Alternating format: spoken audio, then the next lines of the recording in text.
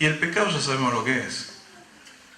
Es como tener una mochila de cosas que no son pecados, porque por eso hace la diferencia, pero no me dejan correr con libertad. Entonces esas cosas hay que empezar a tirarlas. Porque si no, a la larga, después uno se empieza a enfriar, se enfría el amor, se enfría el celo por las cosas de Dios, se enfría el celo por la obra de Dios.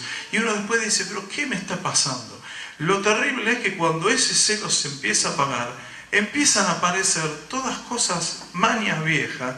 ¿No le ha pasado eso? A mí me ha pasado. Empiezan a aparecer todas esas cosas mañosas que tiene el ser humano, el mal carácter y otras cosas que nos enturbian la vida. Y todo empieza porque el amor se está enfriando, hermano. Hay que tener celo, que ese amor nos queme por dentro. Hay ejemplos en la Biblia. Por ejemplo, yo había anotado acá unos cuantos. Léelo antes en Apocalipsis, capítulo 2, versículo 4. Es el mensaje a la iglesia de Éfeso. La palabra enseña varias cosas aquí. Una cosa, por ejemplo, en el versículo 2 dice: estoy enterado de todo lo que haces y sé que por obedecerme has tenido muchas dificultades. También que has soportado con mucha paciencia y que has rechazado a los malvados. Has puesto a prueba a los apóstoles que decían que eran apóstoles y no lo son, y has demostrado que son mentirosos. Has sido paciente, por obedecerme has sufrido mucho, pero aún así no te has cansado de obedecerme. Y mire lo que dice ahora el versículo 4. Sin embargo, hay algo que no me gusta de ti. Es que ya no me amas tanto como me amabas cuando te hiciste cristiano. Así dice la versión del lenguaje sencillo.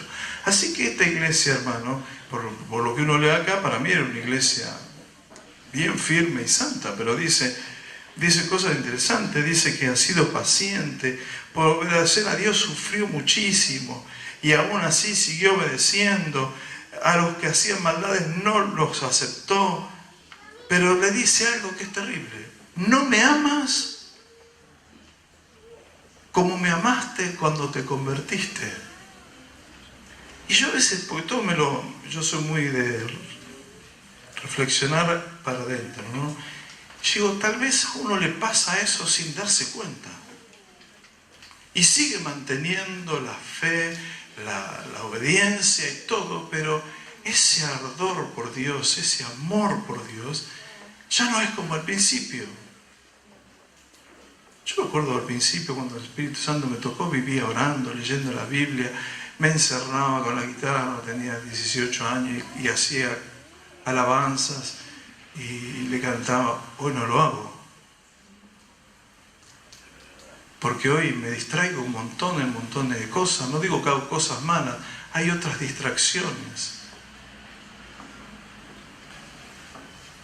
Hay tanta distracción en este mundo, hermano.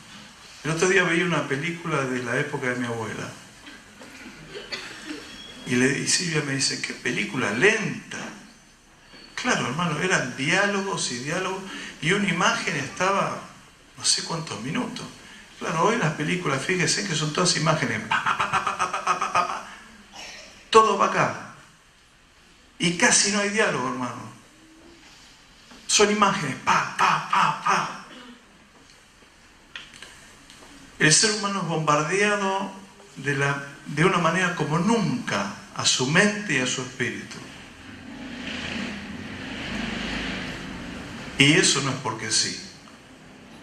Los tiempos cambian. Cuando fui a predicar a Canadá, una vez me comentaban, en Canadá todo es tranquilo, no sé ahora, pero en ese momento era así. Y la ciudad donde estaba yo estaba a pocos kilómetros de Nueva York, hermano. Nueva York es una ciudad terriblemente violenta y ahí no. Entonces me explicaban por qué en la televisión canadiense se prohibía imágenes de violencia, de sexo y un montón de cosas. Y en Nueva York, dale, ¿qué más? Entonces le están todo el tiempo, ta. Una vez en Cabildo agarraron a un violador, adentro del bolso tenía videos, revistas pornográficas, todo eso en el noticiero. Claro, si está alimentando su cabeza con eso todo el tiempo, ¿qué produce? Pero eso es bien diabólico. El diablo lo hace para destruir al ser humano. El diablo odia al ser humano. Y si él puede distraernos, nos va a distraer. Lo que hay que pedirle a Dios, hermano, que ese celo por Dios vuelva a arder como al principio. Ese amor por Dios, hermano. Arder para Él. Que vuelvas a sentir usted ese deseo de estar con Dios, de abrazarlo, de hablar con Él. Mire, por ejemplo, Samuel. Qué interesante la vida de Samuel, hermano. El primero de Samuel 15:26. Mire lo que dice. Era el tiempo que Saúl había vuelto a la batalla y había desobedecido a Dios. Entonces Saúl le dice a Samuel que lo acompañe, porque Samuel le había dicho: Dios te desechó como rey. Y es interesante lo que le dice Saúl, porque Saúl no le dice: ay no, pedirle a Dios que me perdone, yo me arrepiento. No, le dice: bueno, está bien, pero acompañame vos y tratame como un rey delante del pueblo. O sea, le importaba muy poco lo que Dios estaba diciendo, hermano. Estaba pensando en su posición con respecto a la gente y no con Dios. Y Samuel le dice, Samuel le respondió a Saúl: no volveré contigo porque desechaste la palabra de Jehová. Yo cuando leí esto dije: qué corazón el de Samuel, hermano. Qué corazón. No caminó con alguien que había desechado la palabra de Dios. A veces uno se encuentra en el trabajo, en la calle, y comparte conversaciones que realmente Jesús jamás las compartiría. Aún por educación, hermano. Porque muchas veces yo me encontraba en conversaciones y que yo le decía a Dios: perdóname, yo solamente por educación me quedo acá. Y un día Dios me dijo: ¿y por qué tenés que ser educado con ese tipo de cosas? Andate de ahí. Samuel no caminó con una persona que había desechado la palabra de Dios. ¿Y eso habla de qué? Del celo, hermano. No era lo mismo para Samuel, porque Samuel puede decir: bueno, te acompaño, después yo me voy, no te veo nunca más. No, dijo: no voy a caminar con alguien que desechó la palabra de Dios. No lo voy a hacer. Yo me acuerdo que hace mucho, cuando empecé a Rey de Reyes, venía de otra iglesia y había muchos problemas, y vino un hermano de la otra iglesia y me dijo: vení que te cuento todas las barbaridades que están pasando. Y que no, un momento, le digo, Dios me limpió y ahora vos venís a tirarme toda esa basura de nuevo. Le digo, yo no quiero escuchar nada. Olvídate. Hablame de la palabra de Dios. Hablame de bendición. No me traigas estas conversaciones. No me interesan. No me importa. Es algo que no me interesa, hermano. Que alguien venga a contarme: no, pero vení que te cuento lo que hizo. No me interesa, hermano.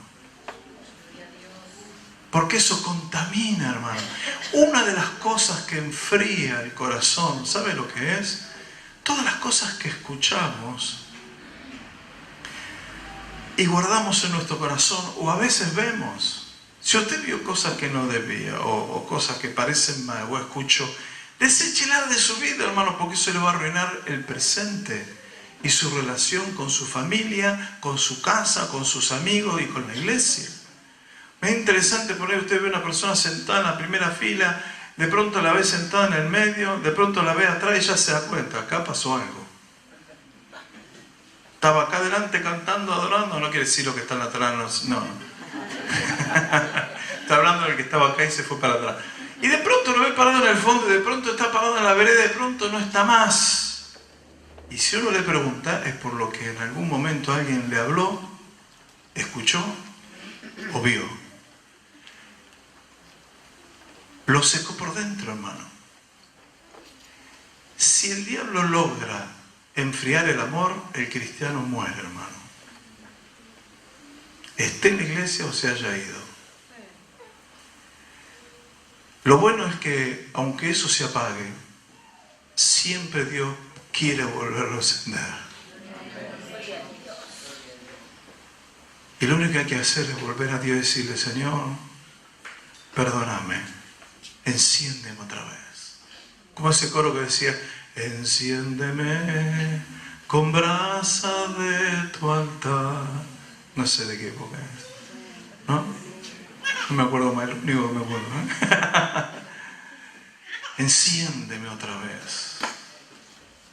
Y Dios vuelve a encenderte y vuelve ese anhelo por las cosas de Dios. Y ya no es una inercia que te quedó, y entonces venir los domingos a la iglesia, porque, y bueno, ya quedó el hábito, la costumbre. Me acuerdo cuando tenía 16 años, venía un joven, que el presidente de jóvenes, yo soy creyente de los dos años más o menos. Mi mamá ya iba a la iglesia. Y venía, yo iba los sábados a la mañana al culto porque mi mamá me obligaba. Y venía este joven y me decía: Esteban, ¿por qué no venís el sábado a la tarde al culto? Porque está la reunión de jóvenes, te va a gustar. Y yo: no, sé qué pasa, yo estudio mucho, no puedo. Mentira. Me iba con mis amigos al club y después nos íbamos. En esa época se hacían los asaltos en las casas y bailábamos. Qué caso, ¿no? Qué tonto. Y me decía así: yo no, yo tengo que estudiar. No estudiaba nunca, hermano. Yo siempre tuve la capacidad que leo y me quedo enseguida. Iba y rendía los exámenes. Algunos compañeros me decían: ¿cómo haces? Leía antes del examen y entraba a rendir. Ahora ya me cuesta más. Se ve que hay un par de neuronas que quedaron en el camino. Y me acuerdo que siempre me insistía, y bueno, no, yo decía no. Entonces empecé a ir a una iglesia, a un anexo de esa iglesia grande. Y los jóvenes decían: venite el sábado a la noche. Entonces digo: bueno, voy a venir. Entonces ya calculaba, iba el sábado, salía a las 10 de la noche de la iglesia, salía corriendo a mi casa, me sacaba la ropa de la iglesia, porque íbamos todos saco y corbata, era que tenía toda teñida, que yo me la había hecho, y vio que se le ponen, que quedan como manchas de colores. Bueno, el jean con todo desflecado abajo, la sandalia, y me iba a los asaltos y a chacatacatanga. Entonces después me dice un joven: che, después de la iglesia vamos al aire libre a predicar. Y yo digo: ¿Víctor, qué le pasa? No le alcanza con el culto. Pero claro, ellos tenían ese fuego, hermano. Y yo le digo: no puedo porque yo me acuesto temprano para ir a estudiar. Y entonces un día tanto me insistieron que le digo: bueno, voy. Entonces me tenía pobre. Me iba a ir a la plaza y repartía. Yo repartía, ellos predicaban, yo daba los tratados. Y ya había calculado, 11 terminan, la plaza quedaba a 2 cuadras de mi casa, entonces yo podía ir corriendo a mi casa, me cambiaba y me tomaba el colectivo. Y ya lo último me dijeron: no, mira, se empezaron a retrasar. Entonces ya me iba directamente de la plaza al asalto. Y me ponía la corbatita y me había conseguido un traje de jean que era justo, porque me podía poner el trajecito de jean para ir a la iglesia, y si me sacaba la corbata estaba justo para ir a bailar. Qué increíble, ¿no? Así que estaba súper ahí, hermano. Y un día, claro, tenía un bolsillo acá en la campera y tardaba, eran las 2 y todos predicaban, y yo decía: ¿cuándo van a terminar? ¿No? Y terminaron tardísimo. Entonces yo salí de rápido, me metí los tratados que eran así largos, así que me sobraban acá, y me fui corriendo al asalto y entré tan enganchado con lo que venía haciendo que cuando llego a la casa de este chico que siempre hacía en la casa los asaltos, que digo: hola Gustavo, Dios te bendiga. Y me dice: ¿qué? Y yo me quedé porque dije: ¿y ahora qué le digo? No le había predicado a mis amigos. Digo: no, nada. Entonces, me dijiste nada. ¿Pero qué me dijiste? Nada. Basta, les digo, que tanto. Entonces empecé a hablar ahí, toda la música, pues ponían luces de colores, la música chin. Y estábamos todos conversando, yo me saqué la campera y me olvidé los tratados, hermano. Y de pronto uno mira y me dice: ¿qué tenés ahí? Le digo: nada. ¿Cómo que nada? ¿Qué es eso? Nada. No es nada. Claro, veo como puse los pibes, ¿no? Me agarró uno, me manoteó el pilón así de tratado y lo empezó a repartir. Dice que Jesús nos ama. ¿Qué es esto? Nada. Así que prendieron las luces, hermano, apagaron la música y dice, no, explicarnos. Y cómo es Dios, ¿no? Les tuve que predicar el evangelio, hermano. Yo le decía a Dios, ¿por qué me haces esto? Voy al culto, voy al aire libre y ahora me haces esto. Y de pronto, hermano, eso se fue encendiendo en mí y empecé a cambiar, hermano. Y ya después los llevé a todos a la iglesia y bueno, me dijeron, vos estás más loco que una cabra. Pero la semilla quedó adentro de ellos, hermano. Ese fuego, hermano, hay que mantenerlo. Hay que mantenerlo, hermano. Siempre va a haber una alternativa para hacer algo en vez de hacer la obra de Dios. Yo tenía un grupo hace mucho de jóvenes y íbamos a predicar al obelisco y cada vez que le decía el sábado vamos a ir a tal lado, me decía no tengo un cumpleaños. Bueno, al otro sábado no tengo un casamiento, no tengo otro cumpleaños, una despedida de soltero. Y un día le dije, pare la moto, hermano, ¿cómo es esto? Todo antes de Jesús, siempre de fiesta. Y estamos de fiesta con Jesús. Con Jesús no, hermano. ¿Qué denota eso? El fuego, hermano, se está apagando. Y hay que tener cuidado porque es ese fuego el que nos mantiene en Cristo, hermano. Porque ese fuego es el amor de Dios que arde. Y eso se alimenta con oración, con la palabra y con el celo por las cosas de Dios. No me da lo mismo obedecerlo que no obedecerlo. Es el amor por Dios, hermano. Es interesante lo que Samuel le dice. Si uno lee después, sigue leyendo el texto, Samuel va con Saúl, porque le insistió y va. Y agarra al rey que habían cautivado, que Dios había dicho que tenían que matarlo porque eran malísimos esos pueblos, y lo descuartizó. Lo descuartizó, hermano, delante del pueblo, en Gilgal. Y uno dice, pero qué animal. Eran otros tiempos, usted no va a descuartizar a nadie acá. Pero lo hizo por celo por las cosas de Dios, hermano. Dios había dicho que lo mataran y lo mató. Se acabó. A veces hoy nosotros, Dios te dice algo y uno empieza, bueno, pero no es tan así. No es para tanto. No hay que exagerar. Cuando Dios te dice algo, es sí y amén, hermano. Si uno lee en la vida de Esdras, dice que Dios, bueno, primero para reconstruir otra vez toda Jerusalén y el templo, Dios envió a Zorobabel, que colocó los cimientos, estaban todos cautivos. Después fue Esdras que instituyó la ley y hubo un avivamiento ahí. Y es interesante cuando el rey Ciro los envía, muchos se quedaron en cautiverio porque estaban prosperando económicamente y se estaban haciendo ricos. Y pocos fueron los que decidieron ir de vuelta a Jerusalén, a una ciudad devastada, a reconstruirla.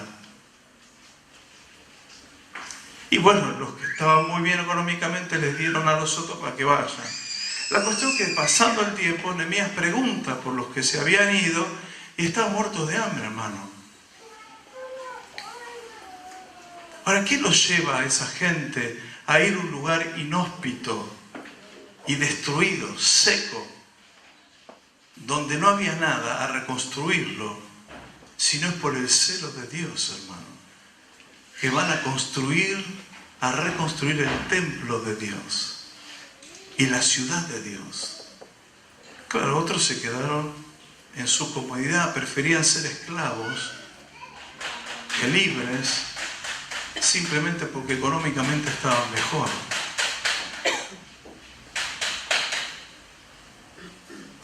Los otros tenían el fuego de Dios interno, hermano. Nehemías, copero del rey, cuando se entera de esto, va con un grupo para restaurar las murallas y deja su posición en la corte para ir a hacer este trabajo por el celo que tenía por Dios, hermano. Y es interesante, mire, yo se lo leo porque no quiero tardar mucho.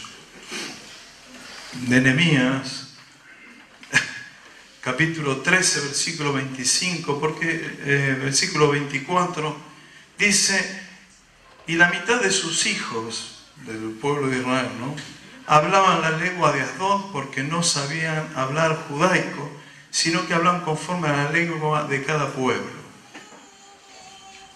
Porque el versículo 23 dice: vi asimismo aquellos días a judíos que habían tomado mujeres de Asdod, amonitas y moabitas, que Dios le había prohibido eso. Ahora, lo interesante de la falta de celo por el mandato de Dios provocó que los hijos de esta gente ni siquiera hablaban el idioma de Israel. Y todos sabemos que el idioma es parte de la cultura, es parte de la persona. Cuando alguien quiere conquistar otro pueblo, lo primero que le cambia son las costumbres y el idioma. Quiere decir que esta gente había perdido su identidad como pueblo de Dios y hablaban el idioma de otros pueblos. Entonces dice que Nehemías, versículo 25, dice: reñí con ellos, los maldije. Miren lo que era este hombre, terrible, ¿eh? Los herí a algunos de ellos y le arranqué los cabellos y los hice jurar diciendo: no daréis a sus hijas, a sus hijos. Los hizo jurar que cumplirían el mandamiento de Dios. Pero dice que los agarró y le arrancó el pelo, hermano. Y puede decir: bueno, ¿qué va a hacer esta gente? Dejémosla así, ya está. Que hablen de la manera que quieran hablar, que vivan como quieran. El celo de Dios no se lo dejó, no lo permitió, hermano. Entonces hay en la Biblia ejemplos y ejemplos de personas que por el fuego que tenían adentro marcaron diferencias, hermano. ¿Cuándo la iglesia marcó una diferencia? Cuando se levantaron hombres que tenían celo por la palabra de Dios. Entonces leía sobre Savonarola, es un sacerdote que empezó a predicar también con celo de Dios, y dice que en un momento se hizo una pila, no sé de cuántos metros, de todas cosas de la época, figuras pornográficas, pinturas, y las prendieron fuego. Bueno, claro, los poderosos de esa época, que eran los Medici, hicieron imposible hasta que lo quemaron vivo. Y le dieron la posibilidad de volverse atrás y no se volvió atrás. Muchos dicen que si hubiera tenido la protección que tuvo Lutero, él hubiera sido en la cabeza de la Reforma. Lo mismo pasó con Juan Hus. Con 22, 24 años se enfrentó al poder papal en esa época, que era muy fuerte, para predicar las verdades del Evangelio, y lo mataron. ¿Qué llevó a esa gente a ser así? El celo por las cosas de Dios. El celo, hermano. Ese amor que nos quema por dentro. Jeremías dice, no voy a hablar más, no quiero saber más nada de vos. Le dice a Dios eso. Pero después dice: pero había un fuego dentro de mí que quemaba mis huesos. No se pudo callar, hermano. Y la situación de Jeremías era difícil, porque dice que aún sus mejores amigos estaban esperando que se equivocara para derribarlo. Y tanto había sufrido que en un momento, dice en la Biblia, pero lo tengo acá porque se va a hacer largo. Dice que me sedujiste con palabras deleitosas y tu palabra fue como llaga. Es una situación terrible para Jeremías. Sin embargo, el fuego de Dios no lo hizo callar. Algo interesante, las pruebas, persecuciones, lo avivan. Lo que apaga el fuego de Dios es la distracción y el pecado. La persecución y lo que uno sufra por el Evangelio, eso aviva el fuego, hermano. Yo me acuerdo cuando predicamos en el Obelisco, vino la policía un día, en la época del proceso, y me ponen un costadito y me dicen, bueno, mira, pibe, esto es así, si la semana que viene estás acá, te vamos a llevar, te vamos a pegar un tiro en la cabeza y te vamos a tirar en una zanja. ¿Entendiste? Digo, pero estoy predicando a Cristo. Sí, sí, sí. ¿Vos me entendiste lo que te dije? Sí, sí, sí. ¿Estás seguro que entendiste? Sí. Bueno. Al domingo siguiente, ¿dónde querés que estaba? Inconsciente, no sé si hoy lo haría, pero estaba ahí predicando. Veo que un joven no mide mucho. Y veo que bajan los 3 policías que bajan del patrullero. Me miran como diciéndome, te dijimos, y empezaron a caminar, venían de aquel lado. Yo estaba predicando y yo dije, bueno, ya que si me van a matar, primero me predico el Evangelio. Entonces me di vuelta y empecé a predicarles el Evangelio a ellos. Se dieron media vuelta, subieron al auto, no volvieron nunca más, hermano. Ahora, ¿qué es lo que me hizo parar y plantar ahí, hermano?